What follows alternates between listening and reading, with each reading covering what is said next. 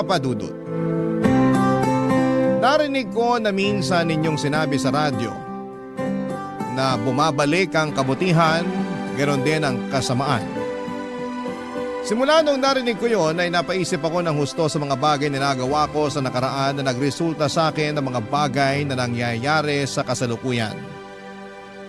At kaya ako sumulat sa inyong istasyon ay upang hingi ng payo ng mga kabarangay natin tungkol sa aking sitwasyon. Itago niyo na lamang ako sa pangalang Vanessa, 32 years old at taga Rizal. Nagtatrabaho ako sa isang private company sa Quezon City bilang HR assistant na nagsimula noong graduate ako sa college taong 2014. Noong araw may naging boyfriend ako at nagtagal din kami ng 4 na taon hanggang sa nag-decide siyang mag-abroad noong 2018 para sa aming future. Makalipas nga ang 5 buwan ng parehong taong yon. At habang nasa ibang bansa siya ay nagkita kami ng ex-fling ko noong high school na si Aldrin sa isang resort sa Laguna nang minsan kaming pumunta doon ng mga katrabaho ko para mag-relax. Dahil meron na nga kaming nakaraan ay mabilis kaming nagkapalagayan ng loob ni Aldrin. At nalaman ko siya ay single and ready to mingle ng mga panahong yon, Papa Dudut.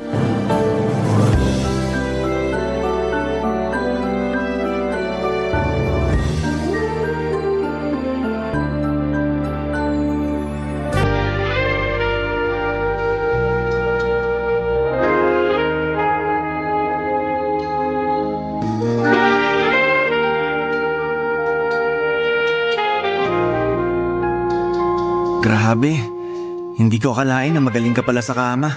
Siyempre hindi mo talaga akalain. Kasi hindi mo pa naman ako naikama nung high school tayo eh. Hindi pa rin naman ako nun marunong. Parang totoy pa ako eh. Hindi pa pala sa lagay na yun? Oo, Eh bakit ang babaero mo na? Kung kani-kaninong babae na didikit ang pangalan mo. ganun talaga pag gwapings at malakas ang dating. Yabang. Pero hindi naman pala marunong humalik. Uy, marunong naman. Sa bagay, galing mo nga kanina eh. Gusto mo isang round pa? Mamaya na. Pagod pa ako, pahinga muna tayo. Grabe no, ang tagal na rin simula nung huli tayo nagkita. Pagkakatanda ko, high school graduation natin yun. Huli kitang nakita na parang may inaabangan sa gate ng eskwelahan natin nung dumaan kami nila mama at papa palabas. Nilingon pa nga kita pagkalampas namin sa'yo. Kaya lang ang bilis mo namang nawala. May samaligno ka ba? Sobra ka naman. Pero hindi ko na maalala yun ah. Baka humina ng memory mo. Siguro nga. Magkasing edad lang naman tayo. Joke lang. Pero tagal na rin kasi. Oo nga, pero hayaan mo na. Mahalaga nagkita uli tayo. Tama. Kumusta pala yung trabaho mo dun sa call center? Parang nabanggit mo nung nakaraan na magre-resign ka na. Natuloy ba? Hindi eh. Kasi naisip ko magde-December na. Sayang yung 13-month pay. Siguro sa susunod na taon na lang. Ikaw talaga, mautak ka rin eh. Alam mo yan, HR ka eh. Oo. Pero naniniwala naman ako na hindi mo aalisan yung kumpanya mo kung matino sila sa mga tauhan nila. Oo, tsaka pwede rin naman na gusto lang namin mag-improve sa mga career namin o sumubok ng ibang bagay. Bakit? May naiisip ka ba na bagong career? Wala pa nga eh. Pero tsaka na yun, di pa naman ako aalis sa trabaho. Oh, ikaw ba? Anong ako? Hindi ako naghahanap ng bagong career, just for you to know. Alam ko naman. Pero yung itatanong ko talaga anong plano mo ngayon sa boyfriend mo? Hanggang kailan mo siya planong lokohin? Yun nga eh. Pagkatapos nung nangyari sa atin, parang bigla akong nakonsensya. Ibig mong sabihin gusto mo nang tigilan yung ginagawa nating panloloko sa kanya? Hindi. Yung gusto kong tigilan yung relasyon namin kasi... kasi wala na rin naman yung patutunguhan. Malayo siya sa akin. Pakiramdam ko mag-isa ako. Mahirap pala yung ganito. Yung bang sa cellphone lang kayo nag-uusap, tapos madalas sandali lang kasi iba oras dun sa kanila. Ilang buwan na nga ba siya doon? 5. Pero kahit na, kung noong mga una hanggang 3 buwan nakakapagtiis pa ako sa setup namin, pwesto mga sumunod, narealize ko na hindi ko pala talaga kaya yung LDR. Para ako mababaliw. Lalo na nasanay ako na malapit lang kami sa isa't isa sa loob ng 4 na taon ng relasyon namin. Kaya hindi mo ako masisisi na nagawa ko sa kanya tong panluloko ko. Hindi naman kita sinisisi. Gusto ko lang malaman mo na masaya ako kasi nagkita ulit tayo at naging close. Tsaka kung magiging single ka na, naisip ko, pwede tayo magsimula ulit, lalo single rin naman ako. Talaga? Totoo ba yan? Oo naman. Totoong totoo.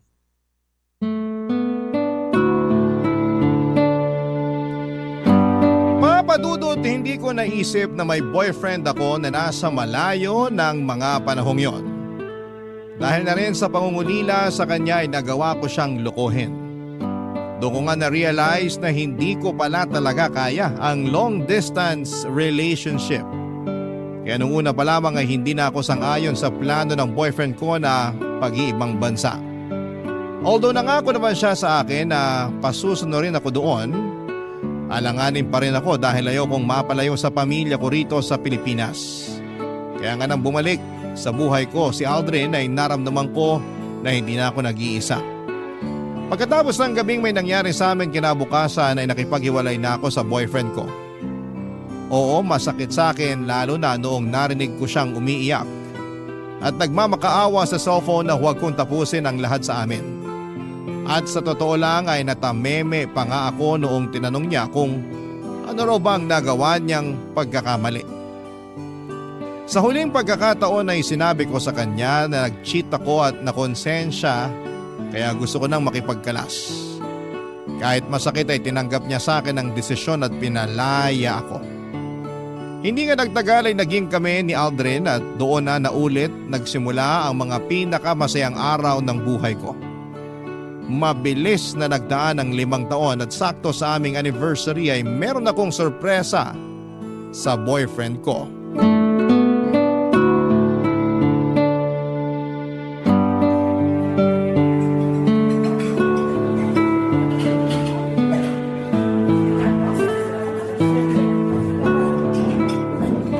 Happy anniversary, mahal! Happy anniversary din. Grabe! Hanggang ngayon hindi pa rin ako makapaniwala na 5 years na tayo. Ang bilis ng panahon, parang kailan lang. Oo nga eh. Ang dami nating pinagdaanan. Pero yung di ko talaga malilimutan nung nag-pandemic. Daig pa natin yung nag-LDR nun. Kasi literal na ilang buwan din tayong di nagkita dahil bawal lumabas. Kaya nga, mahirap din sa part ko. Kasi na-stuck ako sa condo unit na nirerentahan namin ng mga katrabaho ko na malapit sa office. Kaya sobrang bilib ako sa'yo, mahal. Kinaya mo. Naalala ko nun sinabi mo parang di mo kaya makipag-LDR. Oo, pero lahat naman tayo apektado ng pandemic nun. Alam nga naman mag-inarte ako. Swerte lang talaga ng ibang couple kasi na-lockdown sila na magkasama. Sa tono mo parang gusto mo na tayong ma-lockdown na magkasama. Oo, at mukhang mangyayari na yon dahil may sorpresa ako sa'yo. Ano yan? Sorpresa nga, di ba? Parang bigla akong kinabahan. Normal lang yan, pero kalmahan mo lang. Pag nalaman mo kung ano yung surprise ko, siguradong matutuwa ka. Sige nga, ano ba yon? Teka, kunin ko lang sa bag ko. Alam ko nandito lang yun eh. Ah, ito. Saan? Pero pikit ka muna. Kailangan pa ba yon? Oo, para may thrill. Ikaw talaga? Dami mong alam? Siyempre. So ano na? Pumikit ka na. Ito na, pipikit na. Kailangan ko rin bang magbilang ng 1, 2, 3? Pwede rin naman. Yan, nilagay ko na sa harap mo. Dilat ka na. Sige. Ano yan? Surprise! Magiging tatay ka na! Hala, totoo ba to? Hindi ka nagbibiro, mahal? Bakit naman ako magbibiro? Siyempre, totoo yan. Nung nakaraang araw pa talaga yan. Kanina, bago ako pumunta dito sa restaurant para sa anniversary dinner natin, dumaan muna ako sa OB para magpa-check up. Tapos confirm. Gusto mo makita ultrasound ng baby natin? Oo naman, sige, patingin ako. Sige. Kunin ko lang sa bag. Ah, ito oh. Tignan mo yung sonogram ko. Yan yung baby natin. Oo nga, magiging tatay na nga ako. Masaya ka ba? Tinatanong pa ba yan? Siyempre masayang masaya ako. Sa sobrang saya ko parang gusto kong sumigaw. Yan naman yung wag mong gagawin. Kasi baka kalad ka rin tayo ng guard palabas. Mukha pa naman masungit si Manong. Oo nga, pero joke lang naman yun. Masaya lang talaga ako. Ako rin naman eh. Kabado nung una kasi wala akong idea sa pagbubuntis. Pero alam kong kakayanin ko naman dahil kasama kita. Hindi ko mawawala sa tabi ko, di ba? Oo, hindi ako mawawala sa tabi niyo na magiging baby natin. Thank you. I love you, mahal. I love you too, mahal. Salamat sa napakagandang regalo mo. Papa Dudut, sobrang saya ko talaga nang nalaman kong magkaka-baby na kami ni Aldrin. Sakto kasi pareho na rin naman kaming 31 years old noon at dagdag pa nga sa kasiyahan ang nakita ko. Ang excitement sa mga mata ng boyfriend ko pagkatapos niyang malaman na buntis ako. Alam ko, Papa Dudut, na malaki ang magbabago sa relasyon namin lalo na at magkakaanak na kami, pero wala kaming hindi kayang gawin para sa baby namin. Excited na kaming maging magulang at pinangako namin sa anak namin na ibibigay namin lahat ng mabubuti at magagandang bagay sa kanya. Kaya lang 2 buwan matapos kong sabihin kay Aldrin na buntis ako ay meron din siyang ipinagtapat sa akin. At yon ay ang plano niyang pagsunod sa tiyuhin niyang barista sa Singapore para doon ay magtrabaho. Nung una ay nagtampo ako sa kanya dahil ayaw ko talaga ng LDR, pero pinarealize sa akin ni Aldrin na kailangan kong kayanin dahil gagawin lang naman daw niya yon para sa anak namin at sa magiging pamilya namin sa hinaharap, Papa Dudut. Barangay Love Stories. Barangay Love Stories. Papa Dudut, ginawa ko naman ang lahat ng makakaya ko para hindi kainin ang matinding lungkot habang nandito ako sa Pilipinas at nasa Singapore si Aldrin. 4 na buwan na noon ang tiyan ko nang umalis siya bago siya tulungang sumampa sa eroplano ay nangako sa akin ng boyfriend ko na lagi kaming mag-uusap sa cellphone para hindi ko raw maramdaman na malayo kami sa isa't isa. Naniwala at nagtiwala ako sa kanya dahil alam ko na para rin naman sa baby namin ang pag-iibang bansa niya. Oo, kahit ayoko ng LDR ay sinantabi ko ang sarili kong kapakanan para sa anak namin. Maayos naman ang unang 3 buwan namin ni Aldrin bilang LDR couple. Challenging lalo, paano namin pinagkakasya sa ilang minuto ang lahat-lahat na mga nangyari sa araw namin sa aming kwentuhan. Pero sa tulong ng mga kaibigan ko na matagal na rin sa ganong setup ay nakakuha ko ng tip kung paano mapapanatili ang init at saya ng relasyon namin.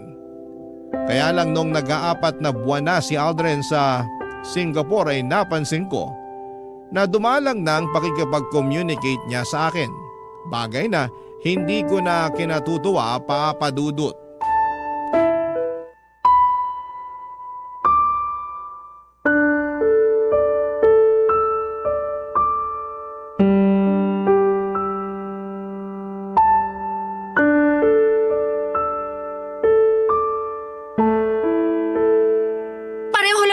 Dito sa Pilipinas at dyan sa Singapore. Pero bakit hirap na hirap ka pa rin tawagan ako, ha? Mahal naman. Huwag mo ko matawag-tawag na mahal. Nanggigigil ako sa iyo, Aldrin. Vanessa, makinig ka, okay? O ngayon yan na lang tawag mo sa akin. Sabi mo huwag kitang tawaging mahal. Ano gusto mong itawag ko sa'yo? Kahit kailan napakahina mong umintindi.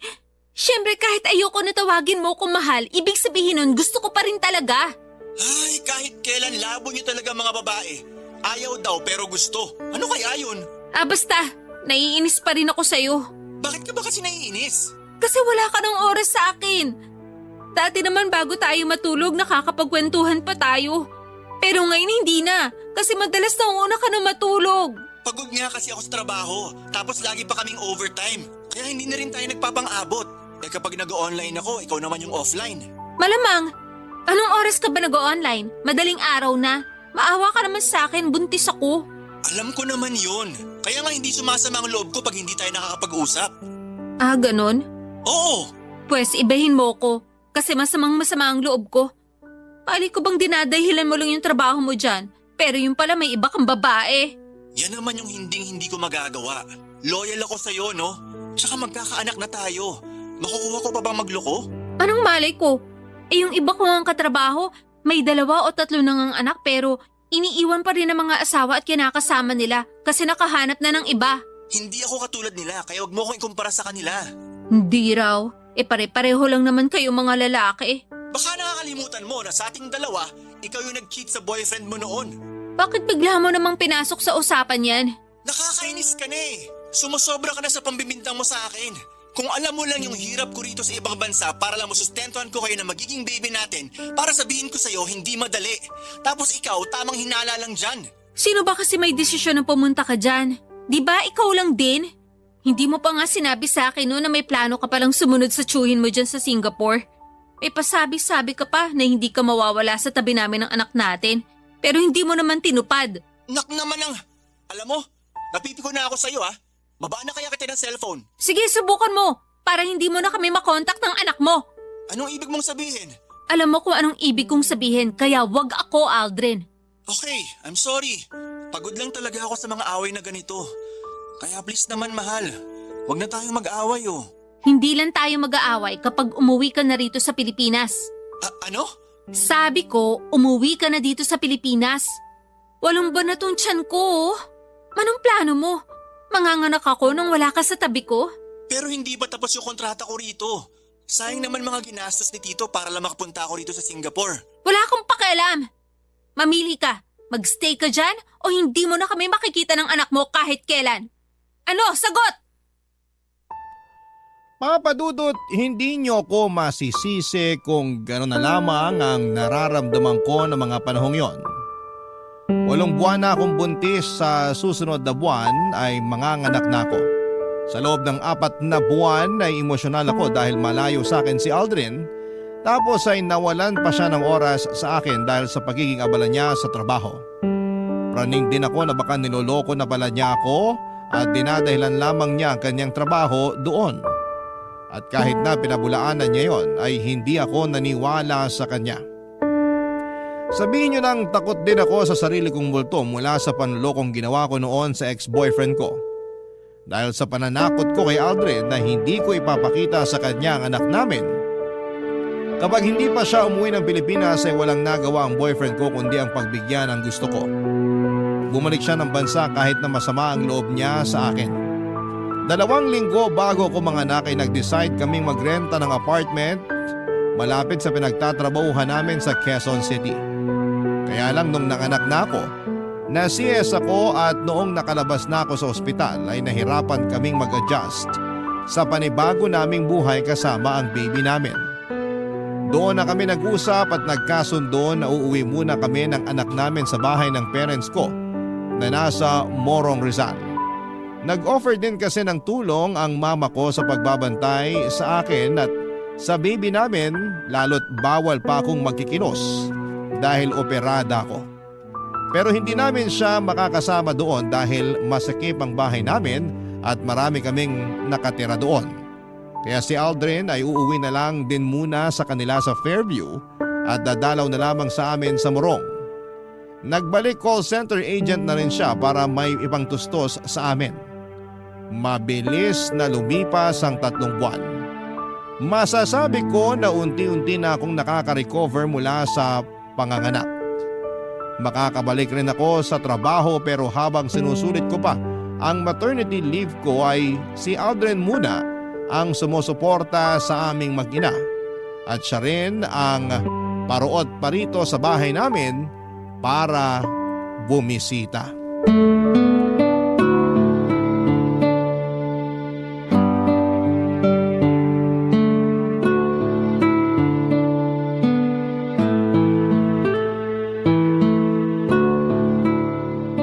Yun!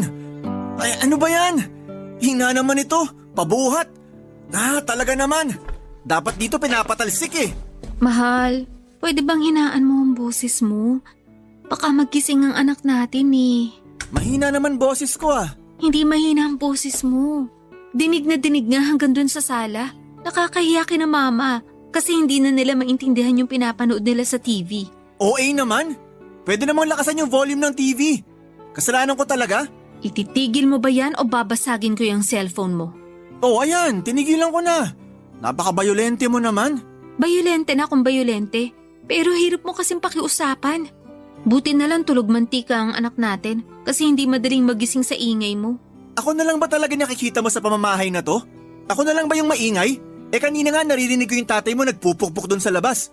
Tapos yung kapatid mong isa ang lakas makipag-cellphone. Abot dito sa kwarto yung ingay ng chismisan nila. Pwede ba wag mo silang ikumpara sa'yo? Alam nga naman magreklamo ako. Nakikitira lang naman ako dito sa bahay.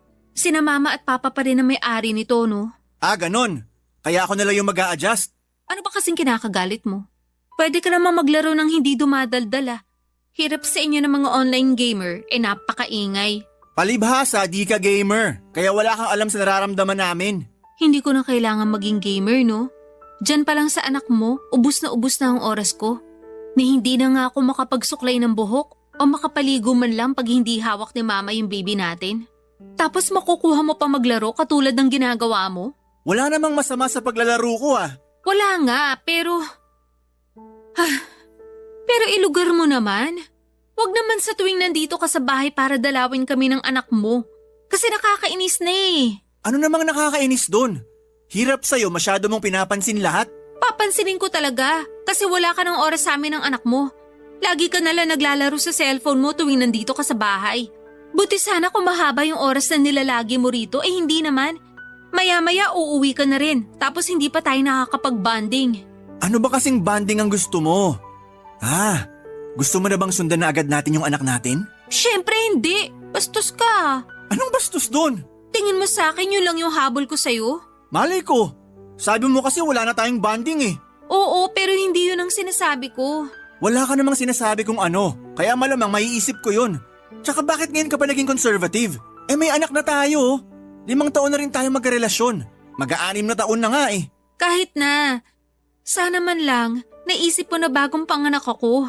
Ni hindi pa nga naghihilom na maayos yung tahi ko tapos naiisip mo na talaga yung bagay na yun? Kung ikaw kaya yung magbuntis at manganak nang malaman mo yung hirap naming mga babae. Sorry na. Surihin mo mukha mo. Mahal naman Buisit. Naaalibadbaran ako sa pagmumukha mo.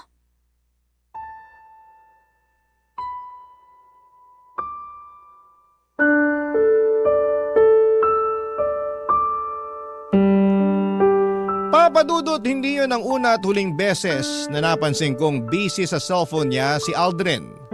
Naglalaro lang naman daw siya at wala naman daw masama doon. Kaya nga hinayaan ko na lamang siya pero pinagsasabihan ko siya kapag pakiramdam ko na doon na lamang nauubos ang oras at atensyon niya imbes na sa amin ang anak niya. Mabuti sana kung hindi limitado yung nilalagi niya sa bahay namin. Sa huli kahit na nagkakairingan kami ni Aldrin ay hindi pa rin naman siya nanalo sa akin. Sa totoo lang, simula na magka-baby kami ni Aldrin, naging priority ko na talaga ang aming anak. Iba na kasi talaga kapag naging nanay ka. Yung dating mahalaga sa iyo ay mawawalan ng saysay. Dahil anak mo na lamang yung pinakamahalaga sa buhay mo. Isa na nga doon yung relasyon namin ni Aldrin Papadudut. Lalo kong dati praning ako na baka maghanap siya ng iba pag hindi ko siya nabantayan ng husto. Pero nung nagkaanak kami ay ayoko nang mangunsimi sa bagay na yon dahil nadodoble lang ang pagod ko. Barangay Love Stories. Barangay Love Stories. Papadudot, hinayaan ko na lang si Aldrin sa kung ano ang pinagkakaabalahan niya sa buhay. Basta hindi niya napapabayaan ang pagiging tatay niya sa anak namin ay ayos na sa akin yon. Sa pakiramdam ko ay maayos naman ang relasyon namin dahil wala namang ginagawa si Aldrin na ikakagalit ko. In fact, masaya kami noong nagpabinyag kami sa anak namin at nangako siya sa akin sa harapan ng mga bisita, ninong at ninang at mga magulang namin na makakasalan niya ako. Kung kailan ay sorpresa raw. Siyempre niwala ako sa kanya dahil deep inside ay gusto ko rin namang maikasal sa lalaking mahal ko. Kaya lang akala ko ay okay talaga kami pero mukhang nagkamali ako. Nung nagbalik na kasi ako sa trabaho ay sakto nag-resign naman siya sa pinagtatrabahuhan niya. Dahilan niya ay burnout daw. Sinabi niya sa akin na magpapahinga lamang siya ng 1 buwan at maghahanap na ulit ng bagong trabaho. Pumayag ako kasi mahalaga rin naman sa akin ang mental health niya. Nakiusap lang ako na ihatid sundo niya ako sa bahay at trabaho ko since may motor naman siya at wala pa siyang pasok. Hirap kasi ako mag-commute pero nag-share naman ako ng panggas sa kanya. Kaya lang 2 linggo lang niya akong hinatid sundo at noong mga sumunod na araw ay hindi na dahil kesyo busy daw siya sa ibang bagay tulad ng pagsama sa mga long ride ng mga barkada niyang may motor din, Papa Dudut.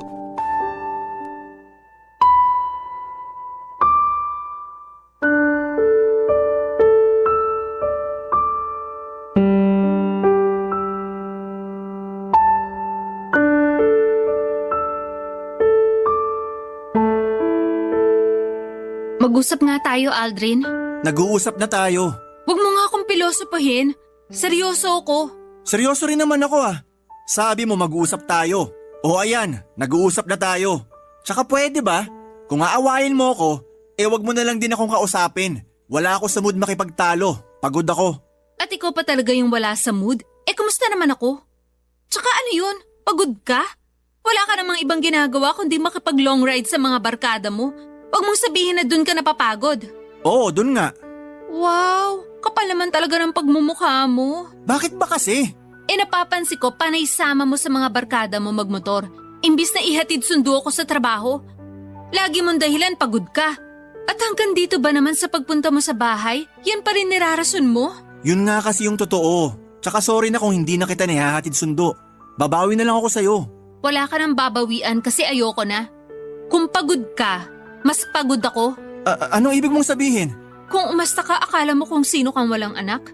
Hindi pa lang tayo magkasama sa iisang bubong pero hindi ibig sabihin hindi mo na kami responsibilidad. Kaya naisip ko tuloy, what if maghiwalay na lang tayo? Mahal naman. Huwag mo naman sabihin yan oh. Ayoko maghiwalay tayo. Ayoko rin naman pero pagod na ako.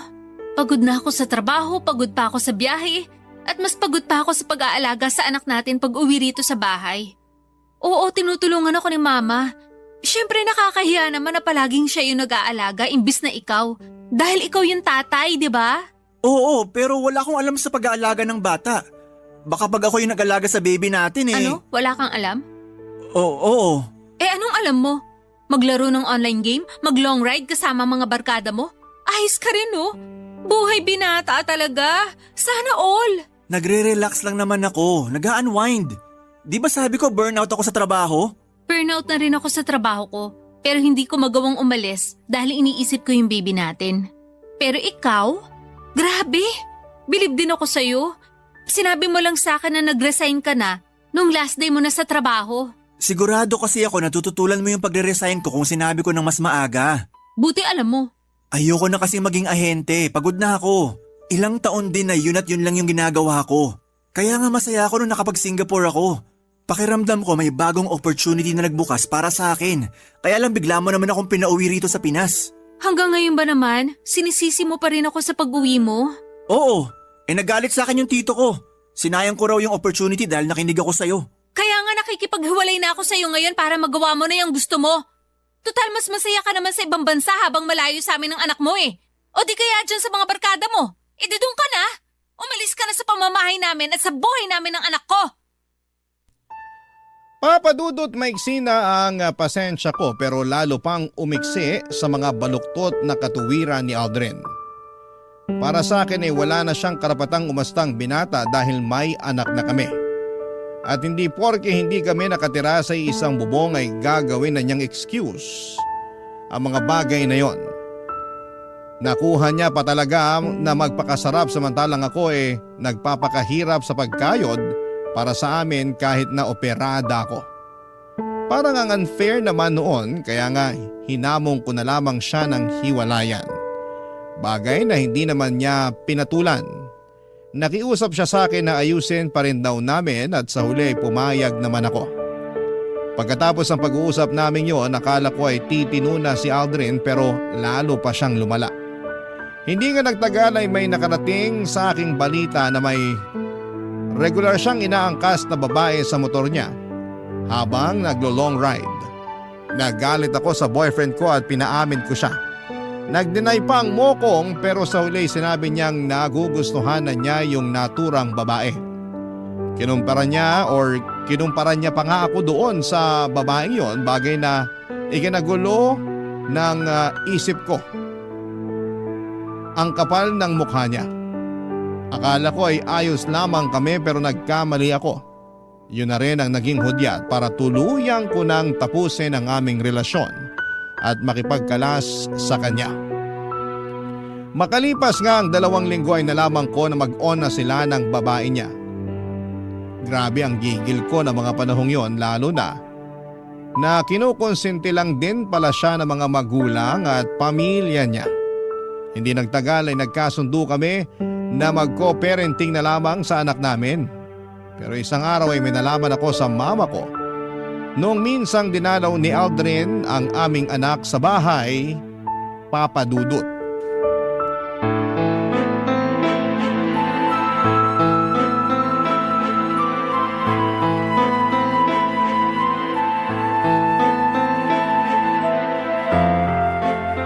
Kapal naman ang mukha mo, Aldrin! Tumawag ka lang ba para sabihin sa akin yan? Oo, kasi yun naman ang totoo. Aga-aga! Ano na naman bang kasalanan ko sa'yo? Malaki! Nalaman ko lang naman na sinama mo pala yung babae mo rito sa bahay namin kahapon. Oh, ano naman sa'yo ngayon? Anong ano sa akin ngayon? Tanga ka ba talaga? Bakit mo yung ginawa, ha? Gusto raw niya makilala yung anak natin, kaya sinama ko siya sa bahay. Mabait naman yun, mahilig sa bata. Wala akong pakialam kung mabait siya o mahilig sa bata. Sa susunod na isama mo pa yung babae mo sa bahay namin, hindi mo na pwede makita yung anak natin. Bakit naman? Wala naman kaming ginagawang masama ah. Ayoko lang na mapalapit yung anak ko sa kung sino mang karelasyon mo. Dahil ano na lang sasabihin ng ibang tao, sige nga. Sa lagay mas inaalala mo pa sasabihin ng iba? Oo! Tsaka ayoko na hawak-hawakan ng bago mo yung anak ko. Wala ka na ba talagang respeto sa akin? Kasi kung meron, ipapaalam mo sa akin na pupunta kayong dalawa sa bahay. Kaso hindi eh. Basta-basta ka na lang pumunta doon kasama yung babaeng yun. Tandaan mo, ako pa rin ang nanay ng anak natin. Hindi naman niya inaangkin yung pagiging nanay sa anak natin. Malamang ikaw pa rin talaga yung nanay. Hindi raw inaangkin pero masyado siyang epal. Sandali nga. Nagsiselos ka ba? At bakit naman ako magsiselos? Mabuti na yung nagkakalinawan tayo. Ipapaalala ko lang sa'yo na tapos na tayo. Ikaw pa nga yung nakipaghiwalay sa akin kaya wala kang karapatan na magselos dyan. Hindi ako nagsiselos. Bakit ko pagseselosan yung babae mo? Malas nga niya. Kasi siya naman yung susunod na mangungunsumi sa'yo. Ay, hirap sa'yo, wala kang bilib sa akin.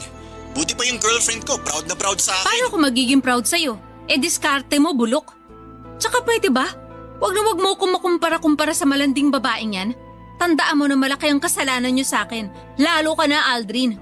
Kaya huwag kang umasta na akala mo ikaw ang biktima rito. At sinong biktima rito? Ikaw? Baka nakakalimutan mo. Kung cheater ako, cheater ka rin. Kaya wala kang karapatan na magsalita ng ganyan. Niwala sa ating dalawa yung malinis. Pareho lang tayong manloloko rito.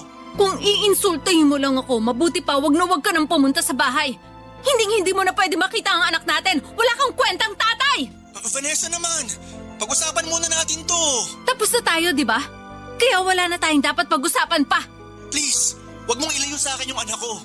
Pangako, hindi ko na isasama sa bahay niyo yung girlfriend ko. Dapat lang. Dahil malapit ko na kayong pagbuhuli na dalawa. Papadudot, binabaan ko na o nang tawag si Aldrin noong panahon na yon dahil parang sasabog na ang dibdib ko sa sama ng loob. Ang kapal kasi ng mukha niyang ilapit ang anak ko sa babae niya na siyang dahilan kung bakit nasira ang pamilya namin. Kaya nga bago ko pa tutuhanin ang banta ko sa kanya na hindi ko na ipapakita ang anak namin sa kanya, ay nagkasundo kami ni Aldrin na hindi na niya dadalhin sa bahay ang bago niyang girlfriend. Pinagbawalan ko rin siya na pumunta sa amin pag wala ako para makasigurado ako na hindi niya kukunin sa akin ang anak ko. Praning na kung praning pero ayokong mawala sa akin ang bata. Kung tatanungin ninyo ako kung kumusta ang puso ko ay masasabi kong naninibugho ako o nagsiselo sa babaeng ipinalit sa akin ni Aldrin. Pero hindi ko yon pinapahalata sa dati kong boyfriend dahil ayokong magmukhang mahina sa harapan niya. Abot langit ang galit ko sa kanila lalo na sa tatay ng anak ko dahil hindi na niya ako nirespeto nang pumatol siya sa ibang babae samantalang may anak na kami. Sa kasalukuyan ay focus ako sa anak ko at sa pagpapalaki sa kanya. Si Aldrin naman ay dumalang na ang pagbisita sa bata pero hindi ko na masyadong inalam kung bakit. Bahala na siya sa buhay niya. Ayoko ng problema kaya okay lang na nawala na siya sa buhay ko. Pero napaisip tuloy ako. Karma ko na yata ito kasi nagloko ako noon sa dati kong karelasyon. Kung oo, totoo nga na bumabalik ang kabutihan, pati na rin ang kasamaan. Hanggang dito na lamang po ang sulat ko at sana'y mapili po ninyong i-ere sa inyong programang Barangay Love Stories. God bless po Papa Dudut and more power sa inyong programa. Ang inyong forever kapuso at kabarangay, Vanessa. Dear Papa Dudut, lahat naman siguro tayo ay deserve ng second chance. Lalo na kung pinagsisihan na natin ang mga kasalanan natin. Yun kasi ang paniniwala ko lalo ngayon na humihiling ako ng ikalawang pagkakataon sa dati kong kinakasama na si Arnie.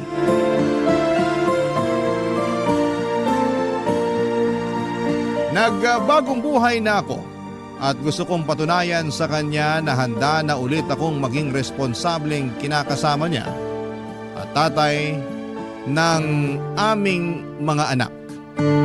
Itago niyo na lamang po ako sa pangalang Sev, 35 years old, call center agent at taga Quezon City. May kinakasama ako noon na ang pangalan naman ay Arnie. May anak kami ni Arnie na 4 na taong gulang na. Pero nito lang January 2024 ay nakipaghiwalay ako sa kanya sa kadahilanang nawala na ako ng gana sa aming relasyon. Hindi na siya yung babaeng nakikita ko na gusto ko pang makasama sa pagtanda. At kahit na alam kong masakit ay ginawa ko pa rin ang tingin ko ay nararapat, Papa Dudut.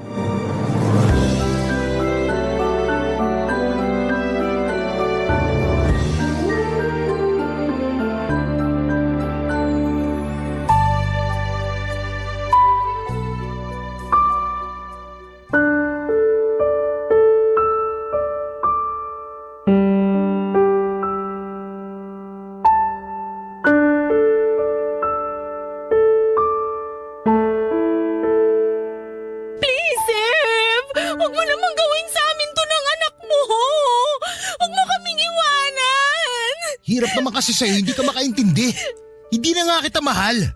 Wala na rin saysay na magsama pa tayo. Bakit? May iba ka na ba? Huwag kang makulit. Huwag mo nang i-deny! Ganun naman talaga kadalasan ang rason ng mga lalaki pag gusto na nilang makipaghiwalay. Kunwari kapag nawalan ka ng gana sa relasyon natin pero ang totoo, meron ka ng iba! Ano naman sa'yo kung meron na akong iba? Masama ba yun hindi naman tayo kasal? Anong dahilan yan? Tanga ka ba? May anak na tayo, Sev! Hindi ko naman tatalikuran yung pagiging tatay ko sa anak natin. Magsusustento pa rin ako kahit hiwalay na tayo. Palayain mo na ako. Akala mo ganun lang kadali yun! Mahal kita, Sev! 5 taon tayo na nagsasama! Tapos magpapalit mo ako sa babaeng ngayon mo palang nakilala! Makaka-move on ka rin. Ano ba kasing nagawa ko? Sabihin mo nga! Pangit na ba ako kaya ayaw mo na sa akin? Hindi na ba ako masarap sa kama? Pwede ba? Huwag kang mag-umpisa ha. Gusto ko lang naman malaman para alam ko kung anong babaguhin ko. Wala ka nang dapat baguhin. Desidido naman ako na hiwalayan ka. Pero sige, para lang sagutin ko yung tanong mo. Oo, malaking bagay yung itsura mo kaya naumay na ako sa'yo. Nakikita mo ba yung sarili mo sa salamin? Kasi kung hindi, pues, tignan mo maigi para malaman mo kung gaano ka kamanas. Para kang balyenang naglalakad. Ang itim pa ng batok mo. Nakakahiya ka na isama sa mga pinupuntahan ko. Ha? Akala ko ayos lang sa'yo na mataba ako. Nung una yon, hanggang sa tawagin ka ng tangke ng LPG ng mga katrabaho ko. Imbis ay pagtanggol mo ako sa mga katrabaho mo, hinayaan mong insultuhin na lang nila ako ng ganon? Pinagtanggol naman kita. Kinumbinsi pa nga kita na magpapayat eh. In-enroll pa kita sa gym pero sabi mo, ayaw mo nang ituloy kasi nakakatamad. Paano hindi ako tatamarin? Abala na ako sa pag-aalaga sa anak natin at pag-aasikaso sa'yo. Mabuti sana kung nag-aalala ka sa kalusugan ko eh. Pero mukhang mas nag-aalala ka sa sasabihin ng ibang tao sa'yo. Oo, mas inaalala ko yun kasi nakakahiya. Sinimulan na rin nila akong tuksuin kaya doon ako nawala ng gana sa'yo. Kaya ka naghanap ng mas sexy sa akin, yun ba? Oo! Sexy siya at mas maganda sa'yo. Napakawalang iya mo! Buo na talaga yung desisyon ko. Gusto ko nang makipaghiwalay sa'yo. Swerte mo nga eh. Sa itsura mong yan, hindi ko na pinatagal yung panloloko sa'yo. Kapal ang mukha mo! Buisit ka. Tingnan mo, nagdugo tuloy yung labi ko dahil sa sampal mo. Kulang pa yan kumpara sa ginawa at mga sinabi mo sa akin! Ayan! Ayan pa yung isang ayaw ko sa'yo. Masyado kang bayolente at taklesa. Sige lang, pagpatuloy mo lang yan. Mas lalo ko na talagang naiisip na tama ang desisyon ko na makapaghiwalay sa'yo. Tandaan mo na kapag umalis ka sa pamamahay na to, wala ka nang babalikan! Hinding-hindi na kita tatanggapin uli sa buhay ko! Kahit magmakaawa ka pa at umiyak ng dugo! Tigas naman ang mukha mo na isipin na babalik pa ako sa'yo. Ikaw ang kahit na umiyak ng dugo, hindi pa rin magbabagong isip ko. Iiwan na talaga kita. Ayoko na maisama sa mga tulad mo na mukhang ulikba.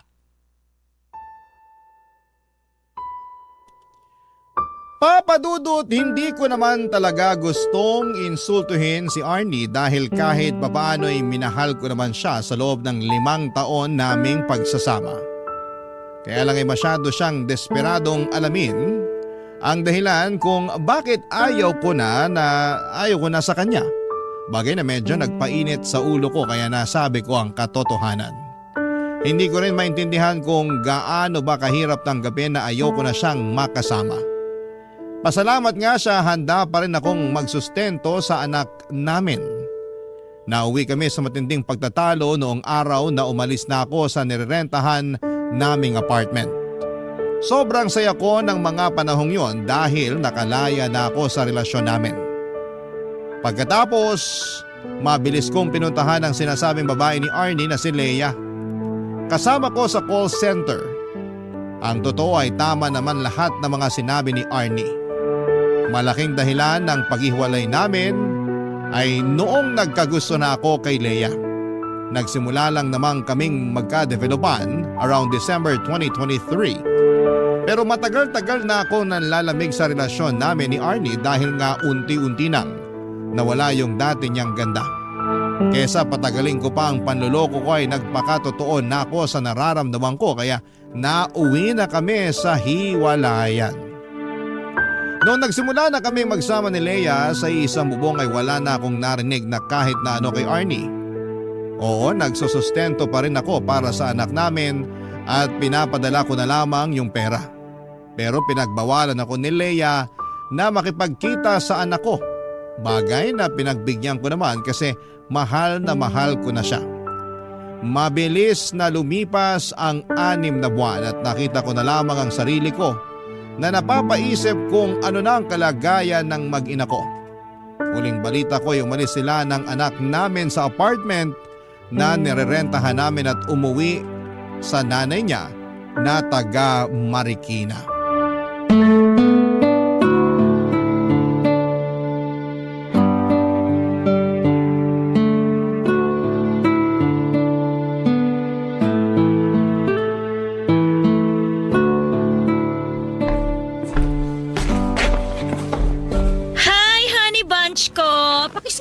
Ano ba? Sungit naman, kiss lang eh. Mamaya na, naiirita ako. O bakit ka naman naiirita? Paano? Ang init-init tapos dikit ka ng dikit. Eh di sana binuksan mo yung aircon kesa nagrereklamo ka dyan na mainit.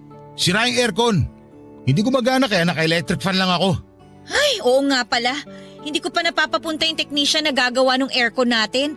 Lagi kasi nawawala sa isip ko lalo day shift ako. Wala naman ako rito sa apartment natin. O anong gusto mo sabihin? Na porket night shift ako, ako na yung magpapapunta sa technician na gagawa ng aircon. Bakit hindi? Ikaw yun nandito. Unahin ko pang bantayan yung gagawa kaysa sa tulog ko. Ay nako, kahit kailan talaga hindi ka maaasahan sa mga bagay dito sa bahay. Matagal mo ng kontak yung nag-aayos ng aircon. Kaya ikaw na umasikaso nun. Oo na. Sige, pag sinipag ako, pero sa ngayon, tiyagain mo na lang muna yung electric fan. Ano pa nga ba? Basta huwag ka lang dumikit sa akin. Naalibadbaran ako. Magbabangayan na lang ba tayo ngayong rest day natin? Kasi kung oo, mabuti pa pumunta na lang ako sa mall para manood ng sine. At least doon may aircon. Malamig. Bahala ka sa buhay mo. Basta dito lang ako sa bahay. Kanina ko ba napapansin na kasubsob ka dyan sa cellphone mo ah? Ano ba pinagkakaabalahan mo? Patingin nga. Uy! Akin na. Ano ba? Wala lang to. Sa ubo nga inaagaw phone ko. Teka, ano yan ha? Profile ba yan ni Arnie? Bakit ini-stalk mo yung ex mo ha? Ano naman ngayon? Anong ngayon? Bakit mo nga siya ini-stalk ha? Wala lang. Pwede ba? Wag mo akong gawing tanga. Sa palagay mo maniniwala ako sa sagot mo? Wala naman talaga eh. Masyado ka lang praning. Sino bang hindi mapapraning? Sige nga. Ano malay ko? Mamaya nag-uusap na pala ulit kayo. Ang advance mo naman mag-isip. Tsaka hindi na active sa social media si Arnie. Ini-stalk ko lang siya para makita yung mga ina-upload yung picture ng anak namin. Bakit? Namimiss mo na yung anak nyo? Oo! Ilang buwan ko na rin kasi hindi nakikita yung anak ko. Di ba pinagbawalan mo ako na makita siya? Kaya malamang namimiss ko na siya. Oh, sinunod kita ha? Hindi ko kinikita ang anak ko. Baka naman magalit ka pa na tinitignan ko picture niya. Pasensya ka na ha. Takot lang naman ako na baka may feelings ka pa kay Arnie. Tapos magkabalikan kayo pag pinayagan kitang makipagkita sa anak mo. Bakit mo naman naisip eh, ikaw nga yung mahal ko. Hirap sa'yo, lagi kang praning eh. Hindi mo ako masisisi no? Nagawa mo ang iwanan yung mag-ina mo eh. Paano na lang ako, di ba? Baka nakakalimutan mo. Iniwanan ko sila ng dahil sa'yo. Hindi ko nakakalimutan yon. Pero ayoko lang na gawin mo rin sa akin yon. Sa totoo lang, parang malapit na kitang iwan. Nakakayamot ka na eh. Lakas ng tama mo. Mabuti pa umalis ka na. Di ba sabi mo pupunta ka sa mall? Alis na! Ayoko munang makita yung pagmumukha mo dito. Papa Dudut, hindi totoo na may feelings pa ako kay Arnie katulad ng binibintang sa akin ni Leia. Praning lamang siya, bagay na kinakainis ko ng mga panahong yon. Kaya nauwi kami sa pagtatalo. Ayoko sa lahat na pinagbibintangan ako ng bagay na hindi naman totoo. Masama bang ma-curious kung ano na ang buhay ng dati kong kinakasama? Siya pa rin naman ang nanay ng anak ko at dahil nga ilang buwan na kaming hiwalay at hindi ko sila nakikita ay miss na miss ko na ang anak ko. Sa totoo lang ay hindi yun ang una't huling beses na nagtalo kami ni Leia nang dahil sa pangi-stalk ko sa Facebook account ni Arnie. Hindi ko kasi mapigilang tingnan doon yung old photos namin ng anak ko. Bagaman hindi na active si Arnie sa social media ay masaya pa rin ako kasi hindi niya ako in-unfriend. Akala ko kasi ibablock niya ako dahil ganon ang tipikal na ginagawa ng mga babae kapag nasasaktan sila dahil iniiwan sila ng lalaki. Kaya buti na lamang talaga at magkaibigan pa rin kami ng ex ko kahit sa social media lang. Papa Dudut. Barangay Love Stories. Barangay Love Stories. Papa Dudut, kung hindi ang Facebook account ni Arnie ang ini-stalk ko ay madalas akong mahuli ni Leia na tumitingin at nagla-like ng picture ng mga sexy na babae online. Pero para sa akin ay wala lang yon. Paghanga lang yon kasi nagagandahan ako sa hubog ng mga katawan nila. Dumating din yung punto na dumating na rin yung punto na hindi na rin ganon ka-sexy itong si Leia at parang bigla niyang napabayaan ang sarili niya mula noong magsama kami sa loob lang ng 6 na buwan. Kumbagay hindi na siya kaakit-akit sa paningin ko kaya parang nabawasan na rin ang pagmamahal ko sa kanya. Sa kabilang banda ay malaking dahilan din ng panlalamig ko sa kanya ay ang hindi namin pagkakaroon ng anak. 2 beses na kasing nakunan si Leia kaya natakot na siyang magbuntis. Ayaw na niyang sumubo kasi baka raw mag 50-50 na siya sa susunod. At dahil nga sa sitwasyon namin ay na-frustrate ako at lalo kong na-miss ang anak namin ni Arnie. Dumating ang oras na naapektuhan na rin ng husto ang pagsasama namin ni Leia dahil sa dami ng problemang nararanasan namin. At sa kadahilan ng hindi kami magkaroon ng anak.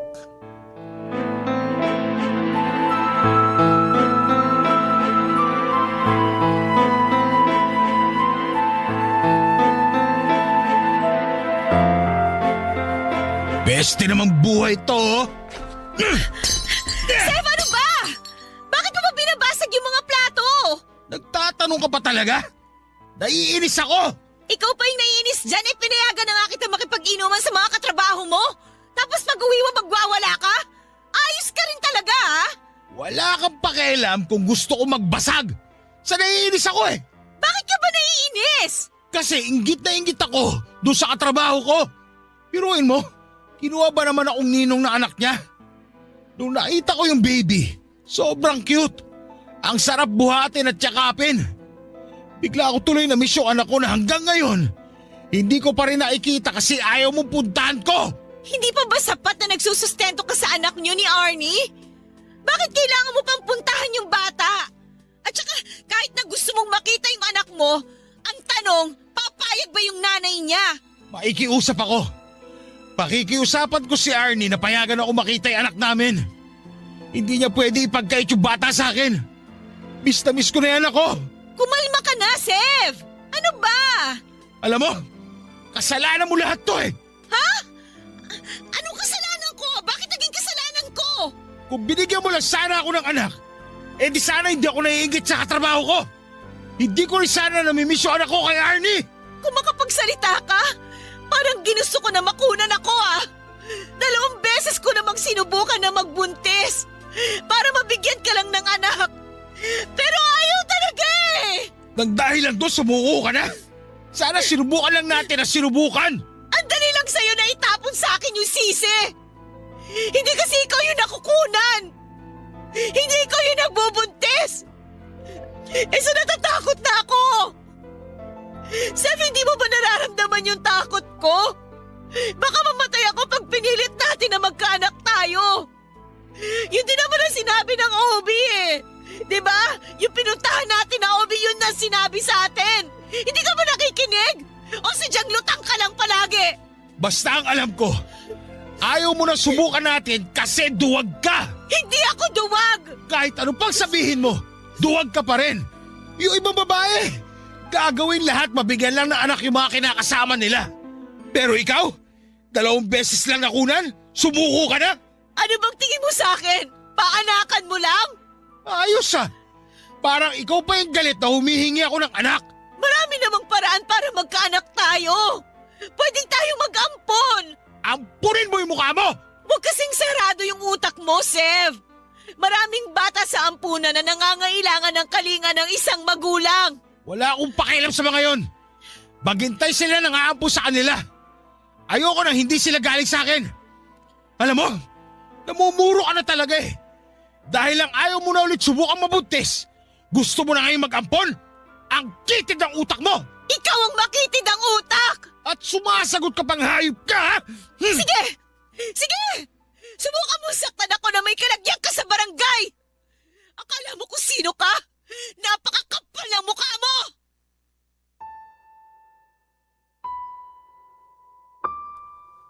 Papadudot nagandahan talaga ako ng husto kay Leia nung unang beses siyang pumasok sa BPO company na pinagtatrabahuan ko. At aminin ko nagka-crush ako sa kanya kahit pamilyado na ako. Sexy, makinis, maputi ang balat at maganda pa ang forma. Hindi lang naman ako na love at first sight sa kanya kundi marami pang ibang lalaki sa trabaho namin. Pero ako ang pinakamaswerte sa aming lahat dahil ako ang nagustuhan ni Leia. Feeling ko nga noon ay swak na swak ang personality namin kaya siguro'y mabilis akong nahulog sa kanya. Siya lang ang nakikita ko ng mga panahon na yon kaya nagawa kong talikuran ang pamilya namin ni Arnie.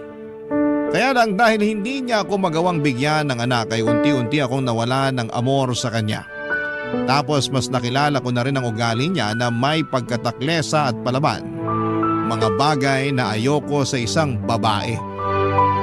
Sa huli kahit na anong galit ni Leia sa kagustuhan kong makipagkita sa anak namin ni Arnie ay wala na siyang nagawa pa.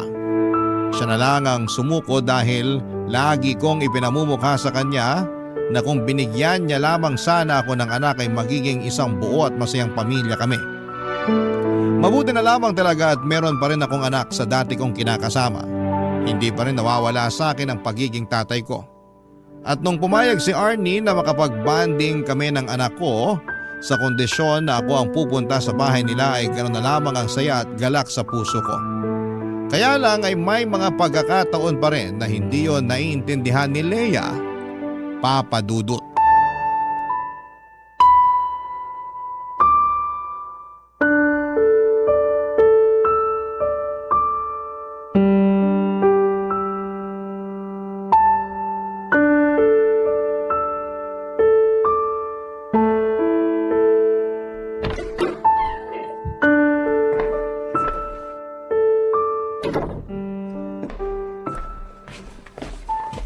Oh, bakit nandito ka sa bahay, Leia? Akala ko may pasok ka. Paano ako makakapasok? Masama ang pakiramdam ko. Tapos, akala ko uuwi ka kagad pagka-out mo sa trabaho. Pero anong oras na Inaabot ka na ng hapon sa labas. Nakauwi na ako. Huwag ka na magalit. Anong hindi ako magagalit? Nakikinig ka ba? May sakit ako. Inaasahan kita na umuwi kagad pagka-out mo para asikasuhin ako. Nakadaan ka ba sa butika? Bakit ako dadaan sa butika? Sev, nag-text ako sa'yo kanina na ibili mo ako ng gamot. Huwag mo sabihin hindi mo ako naibili. Nako, hindi nga. Pasensya na, hindi ko nabasa text mo. Naubos baterya ng phone ko Ayan na naman tayo Ginagawa mo na naman akong tanga sa mga katwiran mo. Nagsasabi ako ng totoo. Wala nga baterya phone ko. Bakit hindi ka nag-charge sa opisina nyo? Saan ka ba kasi nanggaling? Sa school ng anak ko. Ano? Sa school ng anak mo? Ano naman ang ginawa mo doon? May play kasi sila. Nung huling beses na nagkita kami, sinabihan niya ako na pumunta raw ako sa school nila para manood. Kaya pumunta ako kanina. Bakit hindi ka tumanggi? Mas priority mo pa yan? Sigurado naman ako nandun si Arnie para manood. Nandun nga. Pero paano ko tatanggihan yung anak ko Gusto ko rin naman siya mapanood sa play nila. Eto na naman po kami. Bata lang yon. Wala pa yung muwang sa mundo. Pakialam ba niya kung mapanood mo siya o hindi? Ang sabihin mo, gusto mo lang talagang pumunta kasi nandun si Arnie. Wala namang kinalaman si Arnie dito. Huwag mo na idama yung tao. Paano hindi ko siya idadamay? Lagi mo nalang pinapasama yung loob ko. Nakuha mo akong tiisin para na manood ng walang kwentang play ng anak mo. Habang nandito ako, masama yung pakiramdam. Nandun ka nakikipagharutan kay Arnie. Manahimik ka!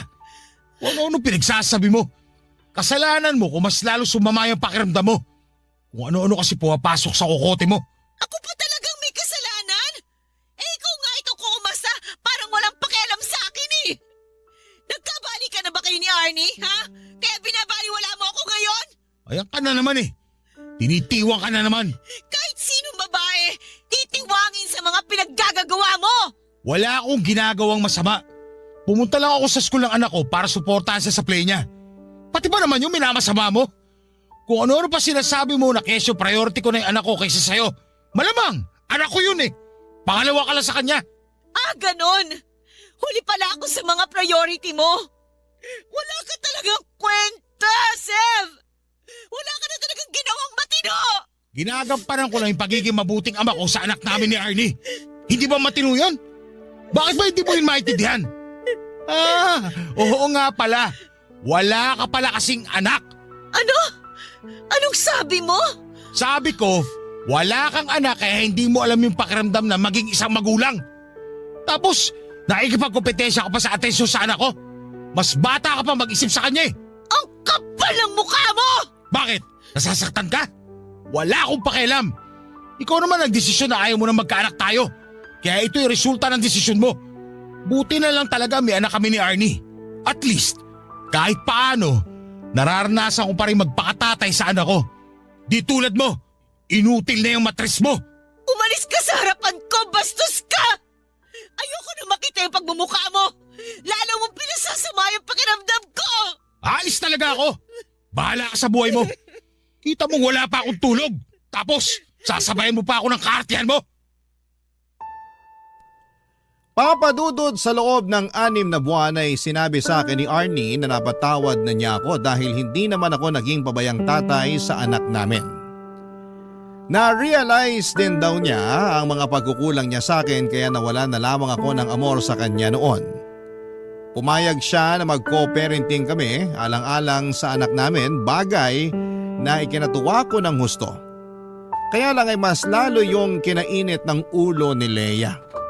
Pero pinanindigan ko ang kagustuhan kong magpakatatay sa anak namin ni Arnie kahit na palagi nagagalit sa akin si Leia.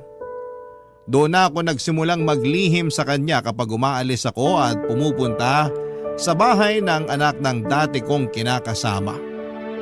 Kahit naramdam kong galit pa rin sa akin ang mga magulang ni Arnie, hindi naman nila ako pinagsalitaan ng masama sa harapan ng anak namin. Meron silang pagkokontrol kaya hindi na ako masyadong naiilang na pumunta sa kanila para dalawin ang anak ko. Samantalang si Arnie naman ay may trabaho na sa Ortigas at napansin ko, Papa Dudut, na malaki na ang pinagbago ng itsura at pananamit niya. Barangay Love Stories. Barangay Love Stories. Papa Dudut, dahil po sa madalas naming pagtatalo ni Leia at pakiramdam ko na hindi niya ako naiintindihan sa mga desisyon ko ay unti-unti nang nagkaroon ng lamat ang aming pagsasama. Madalas nga ay nagkikwento ko pa yon kay Arnie at pinapayuhan niya ako na huwag ko na raw gawin kay Leia yung bagay na ginawa ko sa kanila noon ng aming anak. Doon ako tinalaban ng hiya at konsensya. Kaya imbes na makinig sa payo niya, naisip ko na sana'y hindi ko na lamang sinira ang pamilyang meron kami noon. Ilang gabi ko ring inisip kung ano ba talaga ang gusto ko mangyari sa buhay ko. Kung ipagpapatuloy ko pa ba ang pakikisama kay Leia o makikipaghiwalay na lamang ako. Sa huli nag-decide ako na gawin ang sa palagay ko ay tama at nararapat. At yun nga ay ang tapusin na ang relasyon namin ni Leia. Bagay na hindi niya na-appreciate at dahilan kung bakit sobra siyang naggalit sa akin noon, Papa Dudut.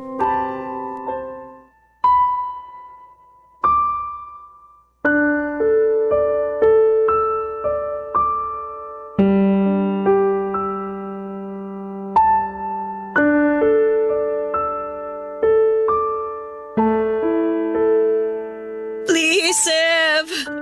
Huwag mo naman akong iwan, oh. Pangako, magbabago na ako. Hindi na ako lagi magagalit sa'yo. Hindi na kita sisigawan. Pagsisilbihan na rin kita lalo. Huwag mo lang akong iwanan. Please naman, Sev. Please. Magsisilbi ang pinagsasabi mo hindi naman kita katulong.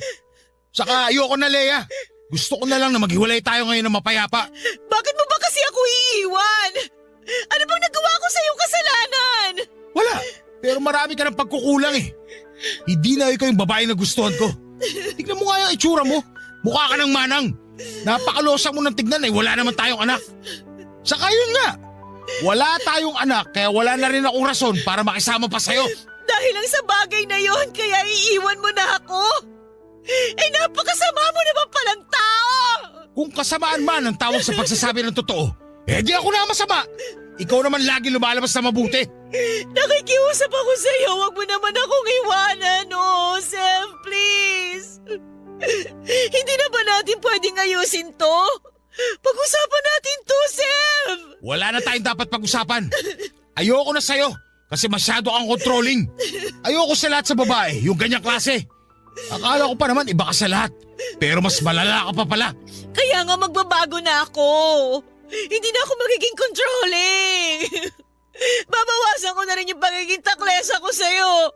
Huwag mo lang akong iwanan, Sev. Please, huwag kang umalis. Sorry, pero kung noon pa sana ginawa yan, baka hindi nawala yung pagmamahal ko sa'yo. Pero huli na kasi ang lahat. Kilala mo naman akong tao. Pag ayoko na talaga. Hindi mo na ba ako mahal? Kaya ganun kadali mo na lang itapon yung pinagsamahan natin? Hindi na. Bakit ang bilis naman? Ewan ko, hindi ko alam. Baka naman hindi mo sinubukan na mahalin ako. Sa loob ng ilang buwan na magkasama tayo, ginamit mo lang talaga ako. Ginawa mo lang akong parausa nung nagsawa ka na sa dati mo kinakasama. Tapos ngayon, nasawa ka na sa akin, basta mo na lang ako tatapon na parang basura. Minalaman kita kaya masasabi ko na totoo yung pinakita ko sa'yo. Saka, saan ang galing yung baka hindi ko sinubukan? Sinubukan ko na ayusin yung relasyon natin. Inintindi kita nung ayaw mo na mag-baby tayo. Kasi natatakot ka na baka may mangyaring masama sa'yo. Pero na-realize ko, hindi ko pala kayang pakatawanan na hindi isumbat sa'yo ng paulit-ulit yung bagay na yon. Kaya nagdesisyon na lang akong tapusin itong relasyon natin. Kasi wala rin naman itong patutunguhan. Ginawa mo lang sa akin kung ano yung ginawa mo kay Arnie eh. Baka naman sinasabi mo lang yan. Kasi ang totoo, may iba ka na. Nagkabali ka na ba kayo ng dati mo kinakasama? Hindi walang ganon. Siguraduhin mo na nagsasabi ka ng totoo. Kasi walang sikreto na hindi nabubunyag. Huwag mo na akong gawing tanga, Sev! Hindi nga kami nagkabalikan kaya wag mo lang ipilit. Hindi talaga kayo magkakabalikan. Kasi aayawan ka na niya, Sev. At kahit na maisip mo pang magbagong buhay para maibalik yung dati niyong samahan, hindi ka na niya tatanggapin muli sa buhay niya!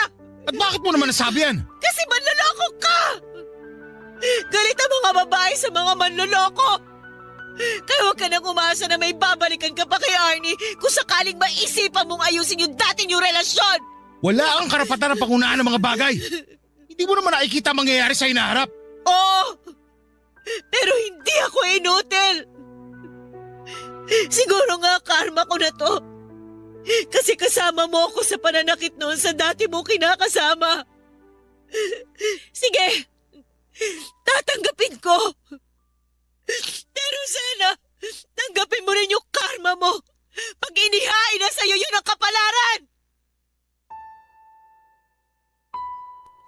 Papadudot, masaya ako na nakawala na ako sa relasyon namin ni Leia nang walang responsibilidad. Naisip ko na baka hindi talaga kami para sa isa't isa kaya hindi kami nabiyayaan na magkaroon ng anak. Pagkalis ko sa apartment namin ni Leia ay tumuloy ako sa bahay ng pinsang ko na nasa Cubao. Tapos ay tinext ko si Arnie at sinabi ko sa kanya na tinapos ko na ang relasyon namin ni Leia. Nakatulugan ko na lamang ang paghihintay sa reply niya pero wala naman siyang naging sagot. Kinabukasan, nag-decide ako na bisitahin sila ng anak namin sa Marikina. Bago ako pumunta doon ay dumaan muna ako sa isang flower shop para bilhan ng mga paborito niyang bulaklak si Arnie. Dumaan din ako sa bilihan ng donut para naman sa anak namin. Pusturang-pustura ako at nakaporma pa ang buhok ko ng mga panahong yon. Excited ako na makita ni Arnie pero pagdating ko sa bahay nila ay wala raw doon ang dati kong kinakasama. Nakipagbanding muna ako sa anak namin at pagkalipas ng 2 oras ay nakita ko si Arnie na hinatid ng isang lalaki na hindi pamilyar sa akin ang pagmumukha. Agad ko itong kinompronta at nagpakilala ako kung sino ako sa buhay ni Arnie. Nalaman ko na katrabaho niya pala yon at manliligaw pa, Papadudot.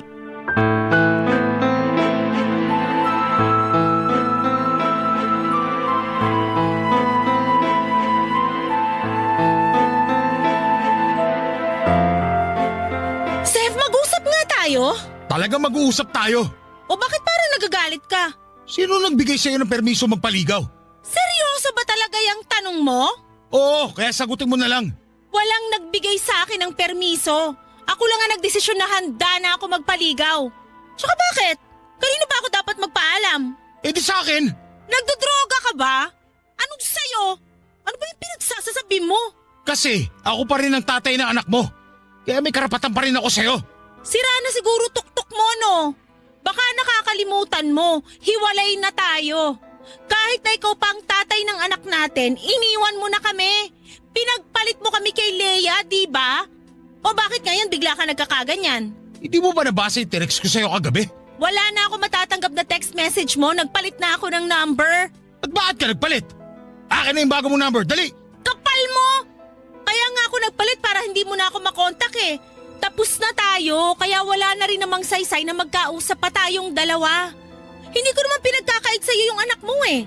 Kung gusto mong pumunta dito sa bahay para dalawin siya, pumunta ka. Welcome ka naman dito sa bahay ng mga magulang ko. Pero kung pupunta ka man, di mo na kailangang ipaalam sa akin. Hindi na rin naman mahalaga.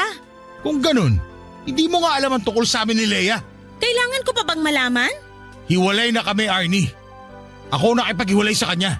Oo, talaga? Oo, kasi... Huhulaan ko. Hindi mo na siya mahal kasi hindi na siya yung babaeng nagustuhan mo. Yung maganda, yung sexy. Tama ako, di ba? Arnie naman. Wala nang bago ron. Yun din naman dahilan mo kaya ka nakipaghiwalay sa akin nun.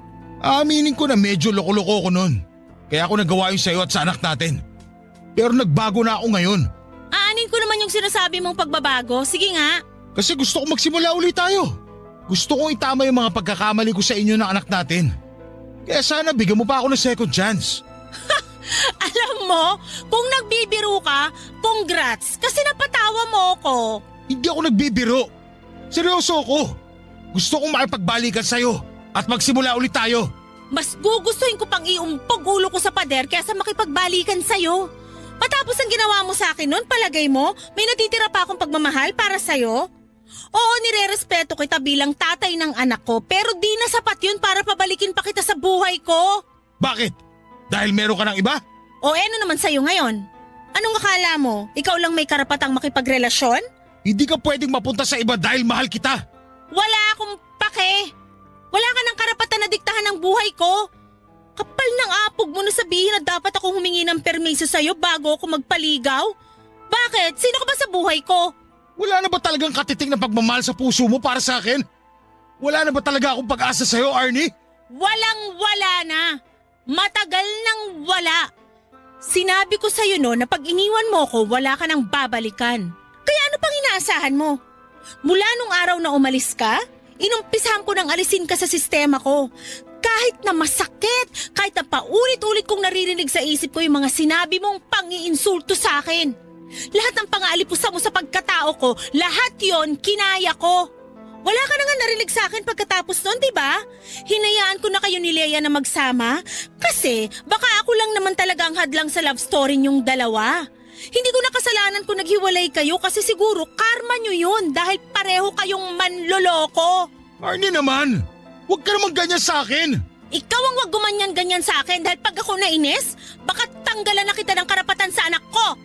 Kaya maayos-ayos ka, Sev. Huwag mo na akong pakialaman sa buhay ko. Nag-uumpisa na uli ako maging masaya. Mag-focus ka na lang sa sarili mo. Huwag kang papalya sa pagsusustento sa anak ko. Naku, Sev, sinasabi ko sa'yo. Tsaka tigil-tigilan mo na yung kakadrama mo, di bagay sa'yo. Mukha kang tanga. Papadudot na pahiya talaga ako ng husto ng gabing yon kaya umalis na lamang ako sa bahay nila. Pero habang nag-aabang ako ng masasakyan ay hindi ko na napigilang maiyak dahil sobrang sakit ng mga sinabi niya sa akin. Para kung sinaksak ng milyong patalim sa dibdib at kulang na lamang, ay hilingin ko na sana'y masagasaan na lamang ako ng mga panahong yon. Alam ko naman na nagkasala ako kay Arnie pero sobrang sakit palang karma na makita siyang masaya sa piling ng iba. Sa ngayon, papadudod ay ayoko pa ring sukuan si Arnie. Gusto ko siyang ligawan katulad nung unang beses ako nagkagusto sa kanya. Gusto kong patunayan, papadudod, sa dati kong kinakasama na nagbagong buhay na ako. Lahat naman ng tao ay deserve ang second chance, hindi ba? Kaya naniniwala ako na deserve ko rin yon. Maraming salamat po, Papa Dudut, sakaling mapili po ninyong i-area ang storya ng buhay ko sa Barangay Love Stories. Hanggang dito na lamang po ang sulat ko and God bless sa inyong lahat. At salamat po in advance ng inyong forever kapuso at kabarangay, Sev.